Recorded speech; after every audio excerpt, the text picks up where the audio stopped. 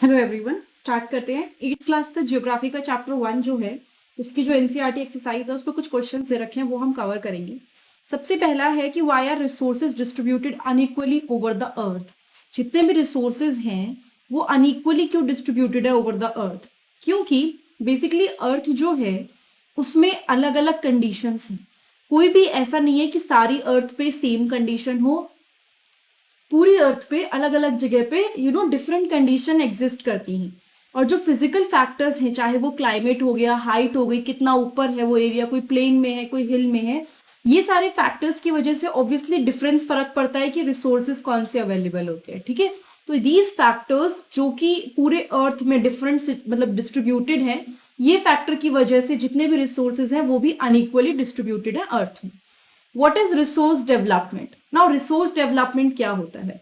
Resource development एक method है कि हम अपनी इंटेलिजेंस यूज करें, हम अपना दिमाग यूज करें, जिससे कि हम लोग जो रिसोर्सेज हैं उसकी क्वालिटी, यूजेबिलिटी, यूटिलिटी सबको इंप्रूव कर पाए। ठीक है, तो बेसिकली हम लोग हर एक चीज को इंप्रूव करने के लिए अपनी इंटेलिजेंस, अपना दिमाग यूज करें। That is resource development.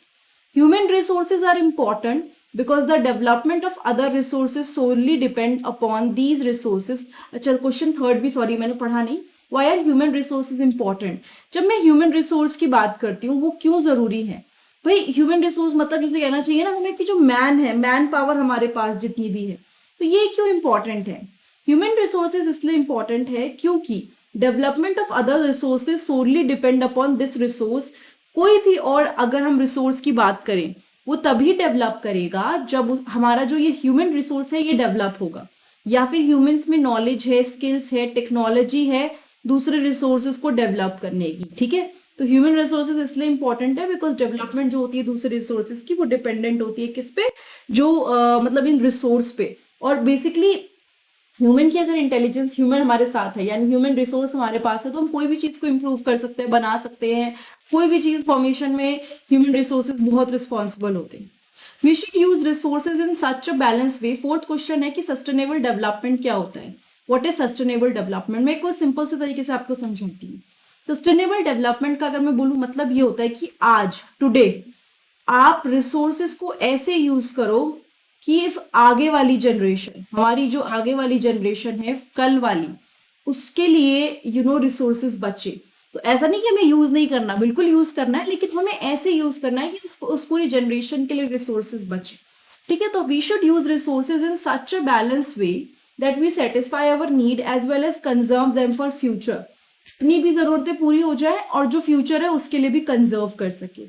इस पूरे कॉन्सेप्ट को हम लोग सस्टेनेबल डेवलपमेंट बोलते हैं। ठीक है, नेक्स्ट पे आते हैं question 2। Tick the correct answer. Which one of the following does not make a substance a resource?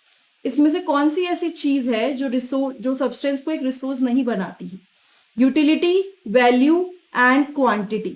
मतलब अगर वो यूटिलिटी, उसकी क्या जरूरतें हैं, उसकी क्या वैल्यू, कितनी वैल्यू है, और क्वांटिटी, किसी भी चीज की क्वांटिटी से वो चीज रिसोर्स नहीं बन सकती। मतलब ये थोड़ी कि कोई चीज ज्यादा है या बहुत कम है तो हम उसे रिसोर्स बोल दें।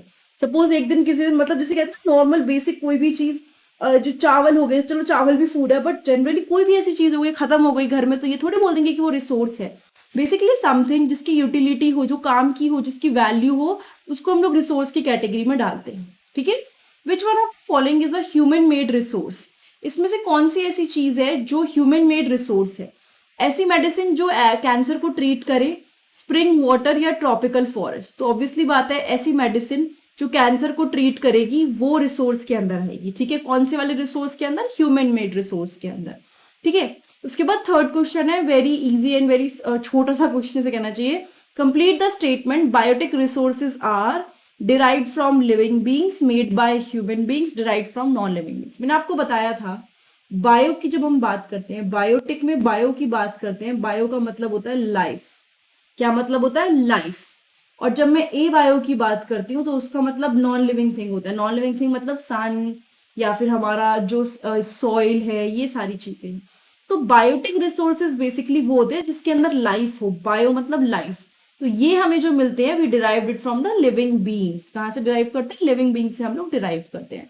सो that is the main thing. यहाँ पे हमने पढ़ा about biotic and abiotic resources.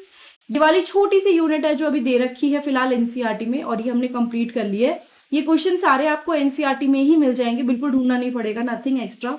आप बल्कि एनसीईआरटी से और डिटेल में करके भी लिख सकते हो। And that's it for today.